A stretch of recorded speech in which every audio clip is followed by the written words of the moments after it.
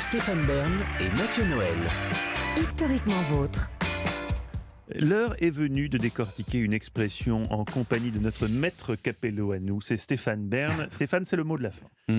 Oui, c'est la saison des mariages. Alors au nom d'Historiquement Vôtre, tous nos vœux de bonheur aux futurs mariés.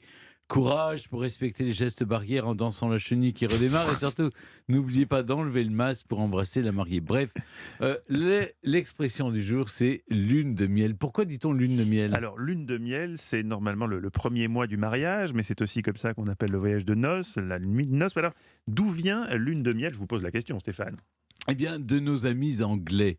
D'après beaucoup de linguistes, la formule vient de la traduction pure et simple de honeymoon, littéralement lune de miel. Et difficile de ne pas le penser, car on trouve trace de l'expression en Grande-Bretagne 200 ans avant qu'elle n'apparaisse chez nous. Durant la civilisation babylonienne, comprenée en Mésopotamie du Sud, en 2000 avant Jésus-Christ, il y aurait eu une coutume étonnante.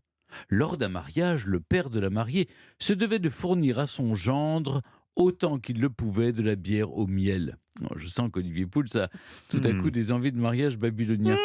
Honey, c'est le miel, et moon, c'est le mois que durait cette coutume qui était censée augmenter la fertilité. On dit que le houblon fait ce travail.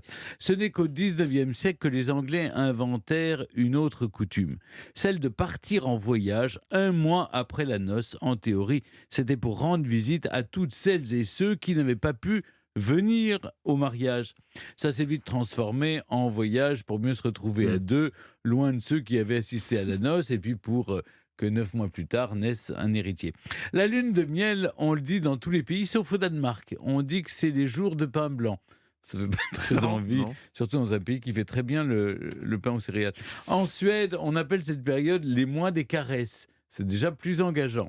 Concernant le mariage, on ne fera pas plus pertinent qu'Oscar Wilde, qui disait « Le mariage est la cause principale de divorce ». Bon, difficile de dire le contraire.